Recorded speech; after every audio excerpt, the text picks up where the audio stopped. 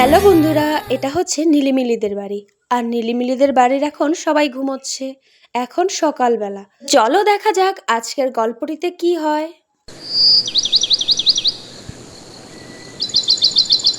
মনে হচ্ছে সকাল হয়ে গেছে, পাখি ডাকাডাকিও করছে। সকাল হয়ে গেছে, বাবা কতটা বেলা হয়ে গেছে আর আমরা এখনো ঘুমোচ্ছি। দিদিকে ডাক দেই, অনেকটা বেলা হয়ে গেছে। এই দিদি, দিদি ওঠ ওঠ, দেখ কতটা বেলা হয়ে গেছে, মা না হলে আমাদের দুজনকেই বকবে। ওঠ। এই দিদি, কথা শুনছিস না? কি হয়েছে ছুটকি, তুই আমাকে এত ডাকছিস কেন? আমার জানিস খুব ঘুম পেয়েছে, একটু ঘুমোতে দে। উফ, আমার খুব ঘুম পেয়েছে রে বোন। বল কি হয়েছে, এত ডাকাডাকি কিসের জন্য? তুই কি ভুলে গেছিস আজকে আমাদের প্রথম ভিডিও, আমরা আজকে নতুন বন্ধুদের সাথে পরিচয় হব। হ্যাঁ তুই ঠিক বলেছিস, আমি তো ভুলেই গেছি।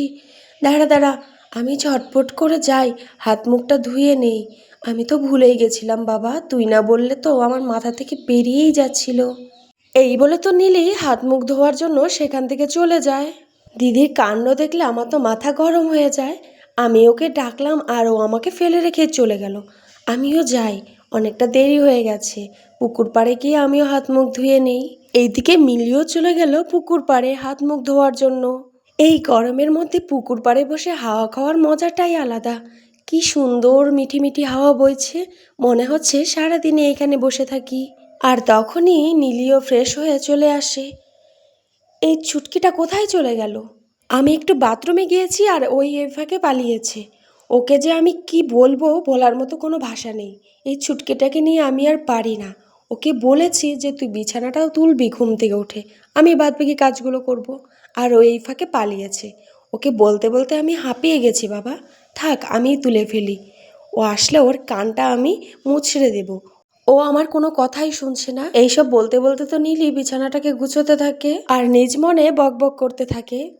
খাবার দাবার বেলায় ও সবার আগে চলে আসে, আর কাজের বেলাতে ওকে পাওয়া যায় না। এতটা দুষ্টু হলে কি হয় নাকি? এখন তো ওর যথেষ্ট বড় হয়েছে, একটু হাতে হাতে কাজ করবে তাও করবে না। বিছানা গোছানো শেষ করে তো নীলি এখান থেকে চলে যায়, আর মিলি পুকুর পাড়ে এক মনে বসে মৃদু হাওয়া খাচ্ছিল। সে তো ভুলেই গেছে সে এখানে কি করতে এসেছে। এই যা, আমি পুকুর পাড়ে কখন এসে বসে আছি, আমি তো ভুলেই গেছি যে প্রতিদিন উঠে আমাকে আগে বিছানা গুছোতে হবে। আর যা, দিদি তো বিছানাটাও গুছিয়ে ফেলেছে। আজ হয়তো আমি কানমলা খাবই, আমাকে আজ কেউ বাঁচাতে পারবে না। দেখি তো দিদি রান্নাঘরে আছে নাকি। না, এইখানেও তো নেই, তাহলে কোথায় গেল? আমার তো খুব ভয় লাগছে। আমি এখন কি করি কি করি? থাক, যা হবে হবে, দেখা যাবে। এখন আমি দেখি বাকি কি কাজ করা যায়। এই যে কামচোর মহারানী, প্রতিদিন সকালবেলা উঠে তুমি কোথায় চলে যাও? তোমাকে বলা হয়েছিল না বিছানা প্রতিদিন তুমি গুছোবে? আর তুমি আমার কোনো কথাই শুনছো না দেখছি। আজ আমি আচ্ছা করে তোমার কানটাকে আমি টেনে দেবো, তাহলেই আমার এই কথাগুলো তোমার মনে থাকবে, প্রতিদিন বলতে হবে না। তুমি কোনো কথাই শোনো না। দিদি, এরকম করিস না। তুই জানিস না বন্ধুরা আমাদেরকে দেখছে, এটা আমাদের প্রথম ভিডিও তো, এত মারামারি করলে চলে? ও তুই ঠিকই বলেছিস, আমি তো ভুলেই গেছিলাম যে বন্ধুরা আজকে আমাদের প্রথম ভিডিও দেখবে। চল তাহলে ঝটপট করে আমরা আমাদের পরিচয়টা দিয়ে নিচ্ছি। বন্ধুরা, আমি হচ্ছি নীলি আর হচ্ছে আমার বোন মিলি। তো চলো আমরা প্রথমে আমাদের রান্নাঘরটা তোমাদেরকে দেখিয়ে নিচ্ছি।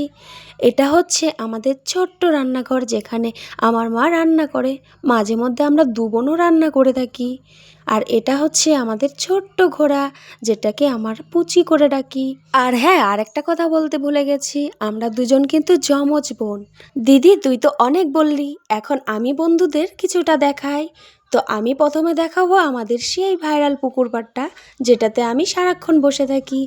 এটা হচ্ছে আমাদের পুকুর পাড়। এটাতে বসলে এত সুন্দর হাওয়া আসে, যেখানে আমি পুরো হারিয়ে যাই। আর এই পুকুরের জল দিয়ে আমাদের বাড়ির সমস্ত কাজকর্ম করা হয়। এই পুকুরটা আমাদের জন্য অনেক কাজের। আর এইদিকে আমাদের উঠোনের এক কোণে রয়েছে আমাদের ছোট্ট তুলসী মঞ্চ, যেখানে আমরা সকাল সন্ধ্যা ধূপ দেই।